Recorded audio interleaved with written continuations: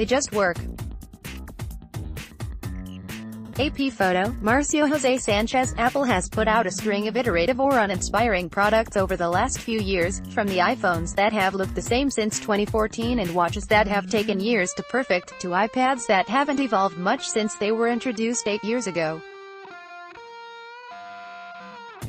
But there's one outlier: AirPods. Apple's $160 wireless earbuds, first released after a string of delays in late 2016, are exceedingly useful, hassle-free, and wonderfully designed. Like many Apple products from the Steve Jobs era, AirPods just work. They connect automatically to your iPhone when you open their case for the first time. There's no hunting around in Bluetooth settings for the earbuds, and they'll be ready to connect to any other Apple device using the same iCloud account.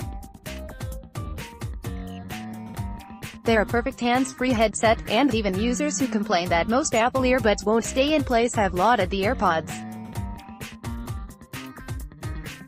They fit snugly in even the smallest pockets, and easily the most convenient wireless earbuds on the market.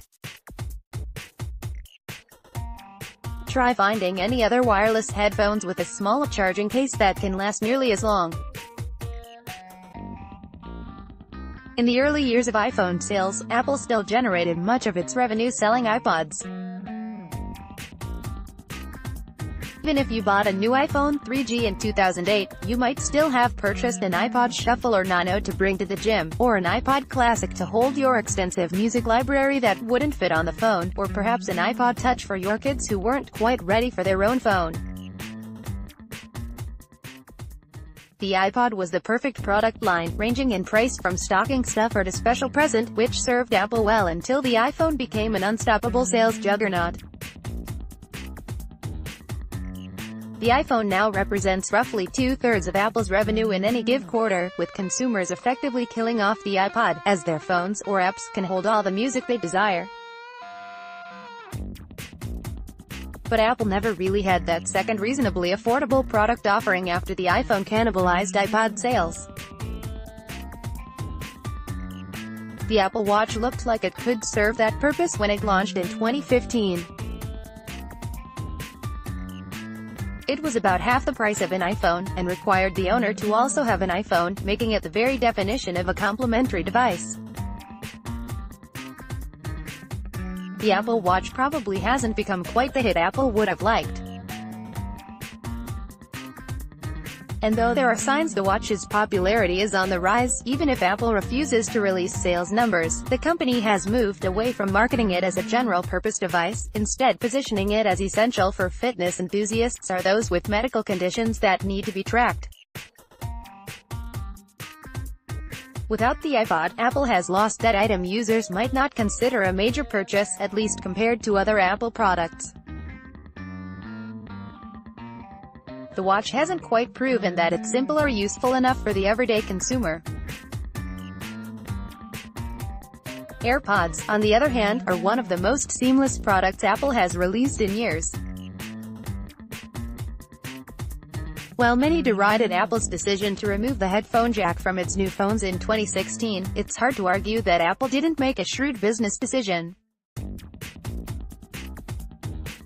In that time, it's launched a few wireless Beats headphones, and the AirPods. Combined with the watch and other peripherals, Apple's accessories business generated over $15 billion in the last year. That alone would put Apple at 190th on the most recent Fortune 500 list. AirPods may not win over audiophiles, then again, how amazing can listening to iTunes or Spotify on a phone really be? But they will likely win over anyone who has ever pulled a jumbled ball of headphone wires out of their bag, or accidentally had their headphones yanked out by a passerby or fellow commuter. They do what they're supposed to do, with little hassle or fanfare, and in a way that doesn't significantly deviate from how other headphones work.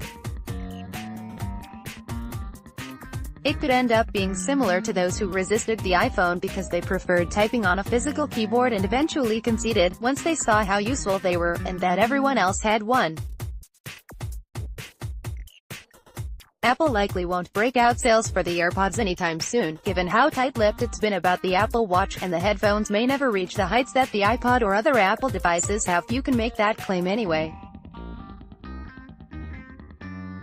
But there's a sense that they, or at least something like them, could be the future of Apple.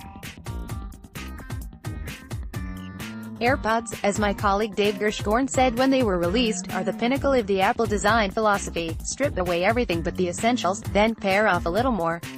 It's entirely possible to envision a near future where AirPods are computers with onboard storage and internet connections, much like the earbuds in nearly every science fiction movie, and Siri replaces much of what we use our screens for today.